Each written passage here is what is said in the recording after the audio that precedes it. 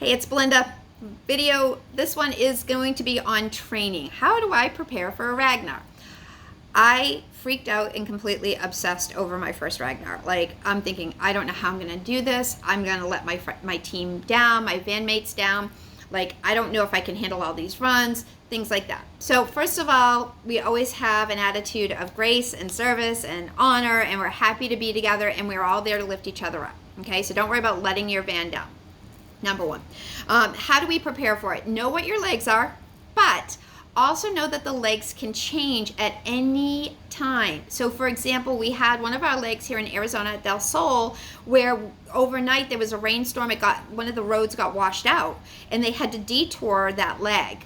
Okay, those things happen. It's for the safety of the participants. Things that could happen, you never know. So just don't be so literal and so set that if there is a change, you get completely freaked out. Now, they're not going to take your 3-mile run and make it a 9-mile run. It'd be minor adjustments, but keep that in mind, right? So know what your legs are. Train for them. Yes and no. Don't think of it cumulatively. Some people get really freaked out and they're like, oh, I've got, let's say 19 miles. I need to be able to run 19 miles without stopping. No, you have a 4-mile and a 5-mile and a 5-mile.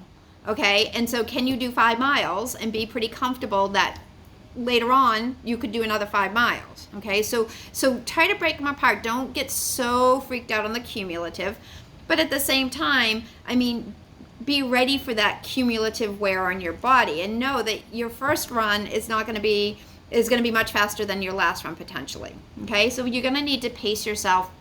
You don't want to go out like balls to the walls. That was probably really inappropriate to say. Go out like super crazy and then either get injured or wear yourself out on the first run. Know that you have 3, maybe more if you're sharing some legs, and pace yourself accordingly. Now, if you so know what your legs are. Practice them. One thing to keep in mind is weather. We start stalking the weather about 10 days out.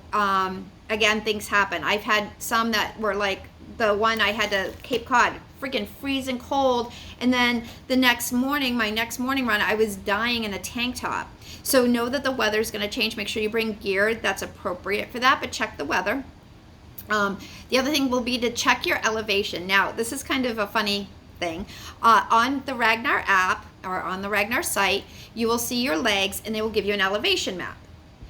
Don't get completely freaked out about that. If you see like, oh boy, this is my run, look at the scale. Okay, they don't use a consistent scale across all of the different legs.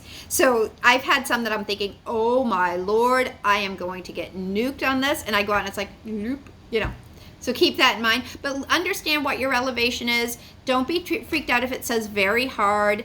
Usually very hard, it's just because of the length of it versus, oh, you're gonna be running up steep hills. You get to hills and you can't do it, walk it. That's what I do, all right? I hate running.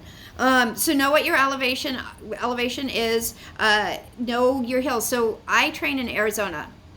Pros and cons of that is that it's pretty flat here in Arizona. And so when I go anywhere where there's hills, which is basically anywhere else in the world, I freaking die. I do not like hills. But it's dry here. So humidity kills me when I go somewhere else, right? Hot here, so the cool weather's good. So it's kind of like, it all evens out in the wash. But just be prepared. Like if you know you've been training somewhere where it's humid and hot and you're going to go someplace where it's cold or vice versa, just be prepared for that. I mentioned in one of the other videos, be truthful about your pace. This isn't a contest. We're not judging anybody. Be truthful about your pace. That way we can help, gear up to where you're going to be. So the big thing with training is a lot of it is just psychological. Know that you're in there as a team and that you're all going to do it together and you're all going to be cheering each other on. If you are dealing with an injury, maybe you need somebody to pick up a leg, maybe you need to swap out a leg, we can always do that. I have yet to run a Ragnar. Like I said, I'm going to be on my 8th and 9th here next week and next month. I have never run a Ragnar yet where everybody ran their exact legs and only their exact legs and nothing happened. There's always some type of an injury, or there could be some type of an injury. Somebody's recuperating. I've had one, it was actually very enjoyable, SoCal, where we picked up another runner's leg. It was a pretty short leg, so me and a partner ran it together. It was just kind of fun.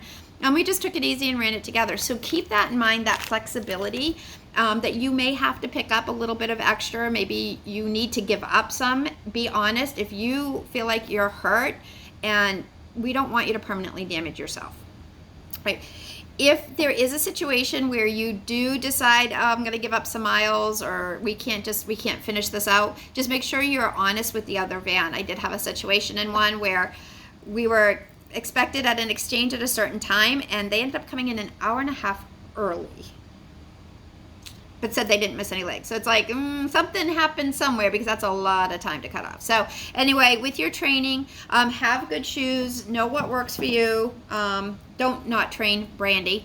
Train, have good shoes, know what gear works well with you. Again, pay attention to your hydration. Don't get to Ragnar and be like, oh, I'm gonna try this cool noon stuff out. Like, okay, that could like kill you. Some people hate goo, some people love goo.